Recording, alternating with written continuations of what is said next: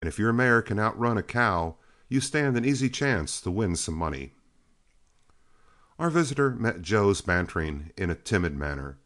Before turning in, however, he informed us that he appreciated our hospitality, but that he expected to make an early drive in the morning to the Republican, where he might camp several days. With this, the old man and the boy unrolled their blankets, and both were soon sound asleep. Then our segundo quietly took Fox Quarternight off to one side, and I heard the latter agree to call him when the third guard was aroused. Having notified Honeyman that he would stand his own watch that night, Stallings, with the rest of the outfit, soon joined the old man in the land of dreams. Instead of the rough shaking which was customary on arousing a guard, when we of the third watch were called, we were awakened in a manner so cautious as to betoken something unusual in the air. The atmosphere of mystery soon cleared after reaching the herd, when Bob Blades informed us that it was the intention of Stallings and Quarternight to steal the old man's harness mare off the picket rope and run her against their night horses in a trial race. Like love and war, everything is fair in horse racing, but the audacity of this proposition almost passed belief. Both Blades and Durham remained on guard with us, and before we had circled the herd half a dozen times, the two conspirators came riding up to the bed ground, leading the bay mare. There was a good moon that night. Quarternight exchanged mounts with John Officer, and the latter had a splendid night horse that had outstripped the outfit in every stampede so far, and our segundo and the second guard rode out of hearing of both herd and camp to try out the horses. After an hour the quartet returned, and under solemn pledges of secrecy Stallings said, "Why, that old bay harness mare can't run fast enough to keep up with a funeral. I rode her myself, and if she's got any run in her, Rowell and Quirt won't bring it out. That chestnut of John's ran away from her as if she were hobbled and sidelined, while this coyote of mine threw dust in her face every jump in the road from the word go. If the old man isn't bluffing and will hack his mare, we'll get back our freeze-out money with good interest. Mind you now, we must keep it a dead secret from Flood that we tried the mare. He might get funny and tip the old man." We all swore great oaths that Flood should never hear a breath of it. The conspirators and their accomplices rode into camp, and we resumed our sentinel rounds. I had some money, and figured that betting in a cinch like this would be like finding money in the road.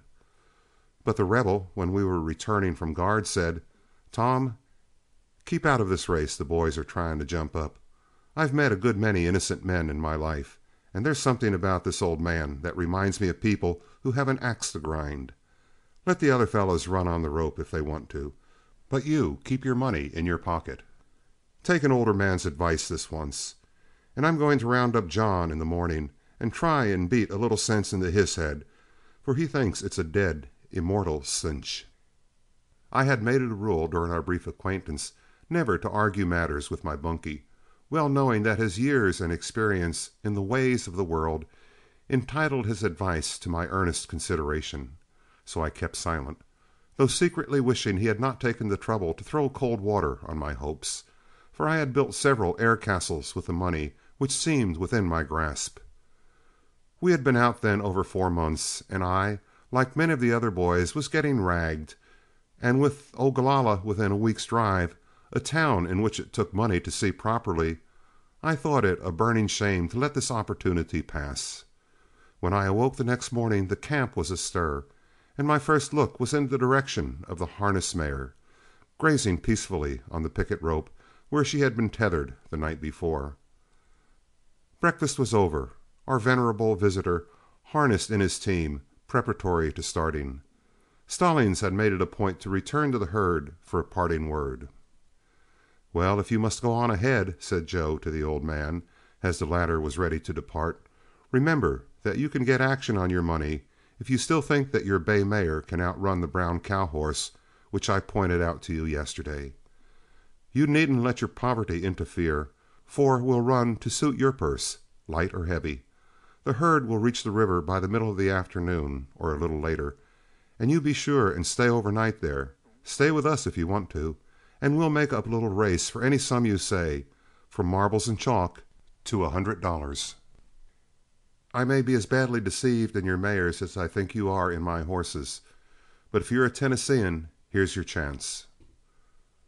But beyond giving Stallings his word that he would see him again during the afternoon or evening, the old man would make no definite proposition, and drove away. There was a difference of opinion amongst the outfit, some asserting that we would never see him again, while the larger portion of us were at least hopeful that we would. After our guest was well out of sight, and before the wagon started, Stallings corralled the remuda a second time, and taking out Flood's brown and Officer's chestnut, tried the two horses for a short dash of about 100 yards. The trial confirmed the general opinion of the outfit, for the brown outran the chestnut over 4 lengths, starting half a neck in the rear. A general canvass of the outfit was taken, and to my surprise there was over $300 amongst us. I had over $40, but I only promised to loan mine if it was needed, while Priest refused flat-footed either to lend or bet his. I wanted to bet, and it would grieve me to the quick if there was any chance and I didn't take it, but I was young then.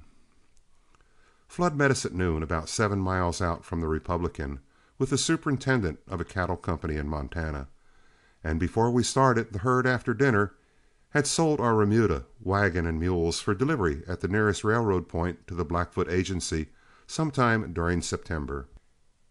This cattle company, so we afterwards learned from Flood, had headquarters at Helena, while their ranges were somewhere on the headwaters of the Missouri.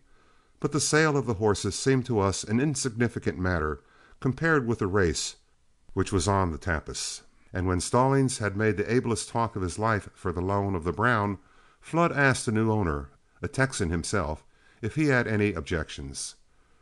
"Certainly not," said he. "Let the boys have a little fun. I'm glad to know that the remuda has fast horses in it. Why didn't you tell me, Flood? I might have paid you extra if I had known I was buying racehorses. Be sure and have the race come off this evening, for I want to see it." And he was not only good enough to give his consent, but added a word of advice. "There's a deadfall down here on the river," said he, "that robs a man going and coming. They've got booze to sell you that would make a pet rabbit fight a wolf. And if you can't stand the whiskey, why, they have skin games running to fleece you as fast as you can get your money to the center. Be sure, lads, and let both their whiskey and their cards alone."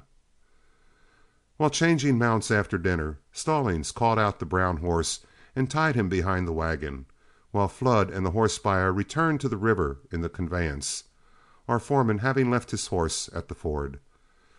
When we reached the Republican with the herd about 2 hours before sundown, and while we were crossing and watering, who should ride up on the Spanish mule but our Tennessee friend? If anything, he was a trifle more talkative and boastful than before, which was easily accounted for, as it was evident that he was drinking, and producing a large bottle which had but few drinks left in it, insisted on every one taking a drink with him.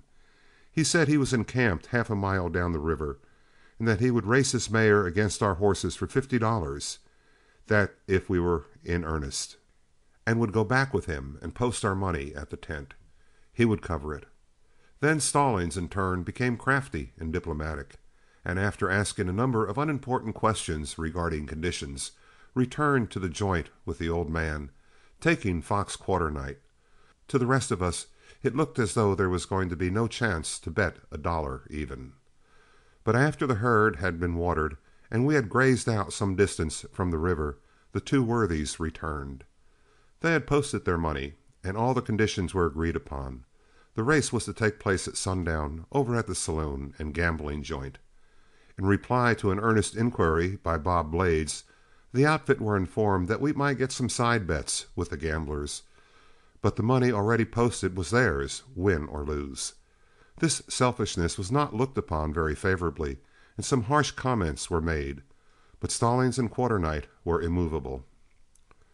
We had an early supper, and pressing in McCann to assist The Rebel in grazing the herd until our return, the cavalcade set out. Flood and the horse buyer with us. My bunkie urged me to let him keep my money, but under the pretense of some of the outfit wanting to borrow it, I took it with me. The race was to be catch weights, and as Rod Wheat was the lightest in our outfit, the riding fell to him. On the